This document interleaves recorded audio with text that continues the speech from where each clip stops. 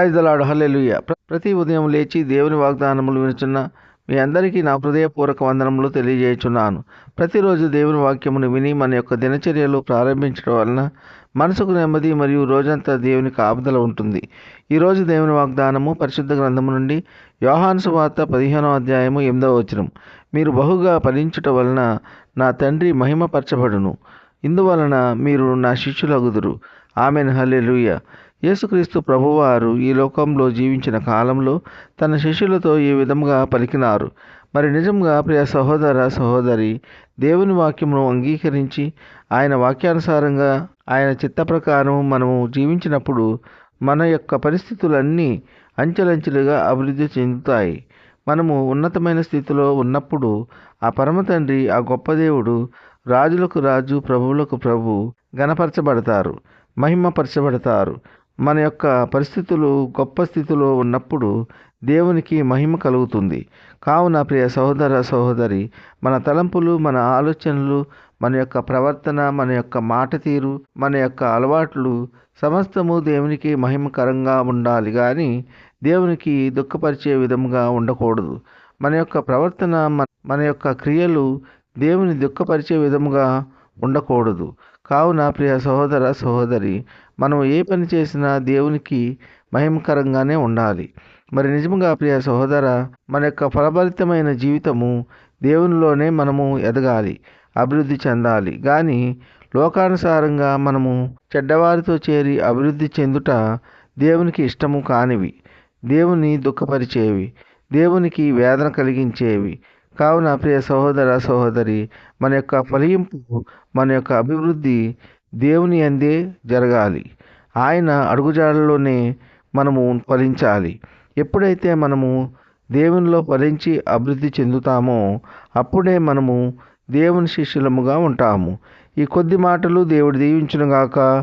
Amen. ప్రార్థన. కృపా సత్య సంపూర్ణ మీ ఘనమైన ఉన్నతమైన నామమునకు వేలాది వందనాలు, స్తుతులు చెల్లించున్నాము తండ్రి. మీరు గొప్ప దేవుడవు, శక్తివంతుడవు, సర్వాధికారివి. మీకు స్తోత్రములు యేసయ్య. ఈ వేకువనే లేచి ఎందరైతే మీ యొక్క వాక్యమును విని మిమ్మల్ని అంగీకరించి ఉన్నారో అటువంటి వారిని అందరినీ దీవించండి, ఆశీర్వదించండి. ఎందరైతే మీ యొక్క వాక్యమును వినక మిమ్మల్ని అంగీకరించక ఉన్నారో అటువంటి వారందరూ మీ యొక్క వాక్యమును విని మారు మనసు పొంది రక్షణ పొంది మిమ్మల్ని స్తుతించి ఆరాధించే కృప దయచేయండి.